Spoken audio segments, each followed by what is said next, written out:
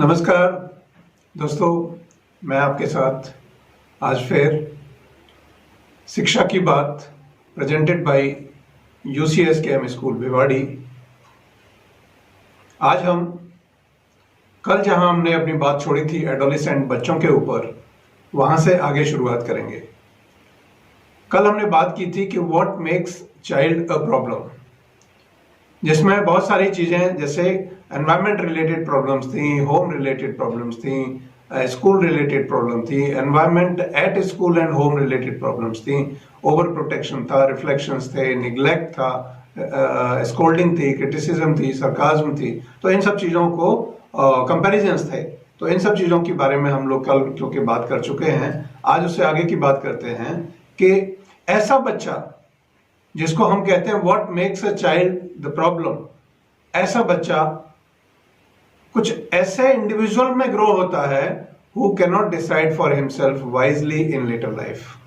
तो दोस्तों, कोई भी पेरेंट ये तो नहीं चाहेगा कि मेरा बच्चा बड़ा होके इनडिसाइसिव रहे, डिसीजंस ना ले पाए, कोई काम ना कर पाए, अपने ब्रेन का इस्तेमाल ना कर पाए, अपना क्रिटिकल थिंकिंग एबिलिटीज का यूज नहीं कर पाए। तो मगर होता क्या है, यदि हो गया ऐसा बच्चे में इस तरह की प्रॉब्लम डल गई, चाहे हमारे किसी भी एटीट्यूड की वजह से, एनवायरनमेंट की वजह से, जो घर पे या स्कूल में या सोसाइटी में या उसके दोस्तों में, किसी भी वजह से यदि वो प्रॉब्लम हो गई, तो बच्चे में दिखता क्या है, कैसे हम आइडेंटिफाई करें कि हमारे बच्चे में एडोलेसेंट रिलेटेड प्रॉब्लम आ गई है। उसके लिए आज मैं आपको कुछ थोड़े से शब्द इस्तेमाल करके बताऊंगा, आपको उन पे ध्यान देना है। जब आप उन पे ध्यान देंगे और आपको लगता है कि वो उनमें से कोई एक या कुछ या सारे आपके बच्चे में दिखाई देते हैं, तो आपको समझना पड़ेगा कि मेरे बच्चा इस समय एडोलेसेंट प्रॉब्लम से गुजर रहा है और मुझे उसको मदद करने की जरूरत है। कई बार मदद पेरेंट्स की तरफ से हो सकती है, कई बार पेरेंट्स मदद करने में सक्षम नहीं भी हो सकते हैं। ऐसे में यदि जरूरत पड़े तो एक्सपर्ट्स की एडवाइस लेना भी ना भूलें।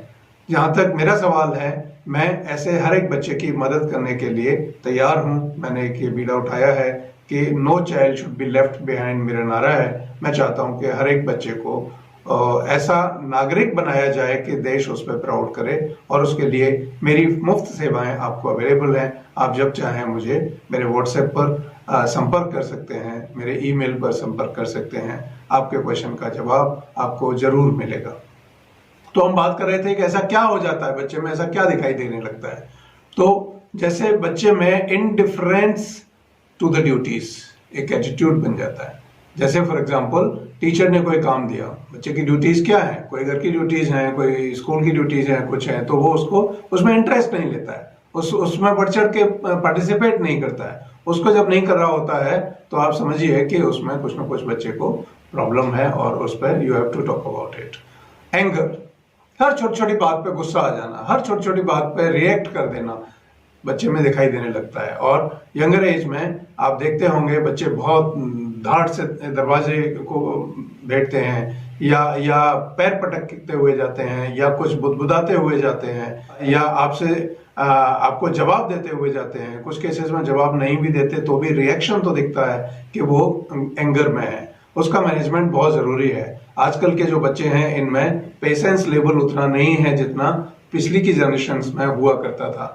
अदरवाइज एक्सपोजर भी ज्यादा है, मगर साथ ही साथ क्योंकि वो हर तरह की चीज से अवेयर हैं और उनको प्रोस एंड कॉन्स ज्यादातर चीजों के पता है, इसलिए उनके एंगर का मैनेजमेंट, एंगर कंट्रोल नहीं कीजिएगा दोस्तों, एंगर का मैनेजमेंट करना जरूरी है। यदि कंट्रोल करेंगे तो बच्चा खराब हो जाएगा। तो हमको उसका, जब वो गुस्से में है उस समय अपना स्ट्रेटेजी क्या हो वो तैयार रखनी चाहिए। और मदर और फादर दोनों की स्ट्रेटेजी, जैसे मैं हमेशा कहता हूं, एक जैसी होनी चाहिए। दोनों की स्ट्रेटेजी यदि अलग अलग हुई तो बच्चे का खराब होना निश्चित है। एक और चीज दिखती है बच्चों में, जो एंजाइटी में के लक्षण बड़े सामान्य से लक्षण होते हैं। आप समझ सकते हैं कि बच्चा हर समय कुछ बदहवास सा, कुछ सोच रहा है, कर कुछ और रहा है, सोच कुछ और रहा है, हो कुछ और रहा है। कहीं उसका दिमाग है, हर छोटी छोटी बात पे चिड़चिड़ापन आ जा रहा है।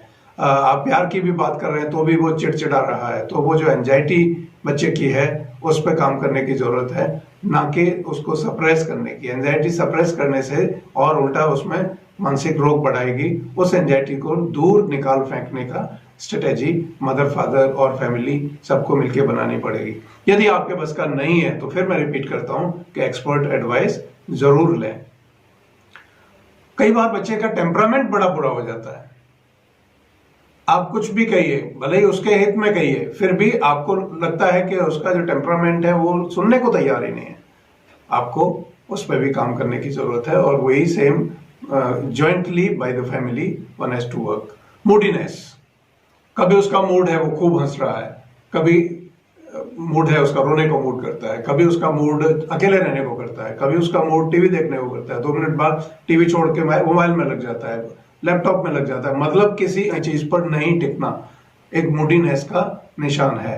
तो आपको ये देखना पड़ेगा कि क्या मेरा बच्चा मूडी तो नहीं हो रहा, और मूडी यदि हो रहा है तो जैसे उसका अपना भी कोई बहुत अच्छा प्रोग्राम जिसको पहले वो बहुत देखता था जब वो मूडी नहीं था, उसको भी टिक के नहीं देख रहा है, बार बार चैनल बदलना, बार बार अपना किताब कॉपियां इधर उधर करना, बार बार अपना टेबल को ठीक करना, बार बार कभी बाहर खेलने जाना फिर तुरंत वापस आ जाना, सब मूडीनेस की निशानी है। तो आपको ये आइडेंटिफाई करना पड़ेगा कि मेरा बच्चा कहीं मूडी तो नहीं है। एक स्टेज आती है जब बच्चा कन्फ्रंट करने लगता है। कन्फ्रंट जब बच्चा करने लगता है तो मतलब आप समझिए कि वो इस समय काफी ग्रेविटी उसकी वो प्रॉब्लम में है। आपको उसको बैठ के पुचकार के प्यार से समझा के कहीं बाहर ले जाके, कहीं लॉन्ग ड्राइव पे जाके, कहीं किसी ईटिंग आउट पे जो उसकी पसंद का हो वहां जाके आप बात कर सकते हैं। उसमें कन्फ्रंटेशन को यदि आप बढ़ाएंगे, आप कहेंगे मैं पिता हूं तो मेरी बात तुझे माननी पड़ेगी, तो कन्फ्रंटेशन ज्यादा बढ़ेगा। आप यदि दोस्त बनेंगे, दोस्त की तरह से यदि बच्चे को डील करेंगे तो वो कन्फ्रंटेशन को डील किया जा सकता होगा।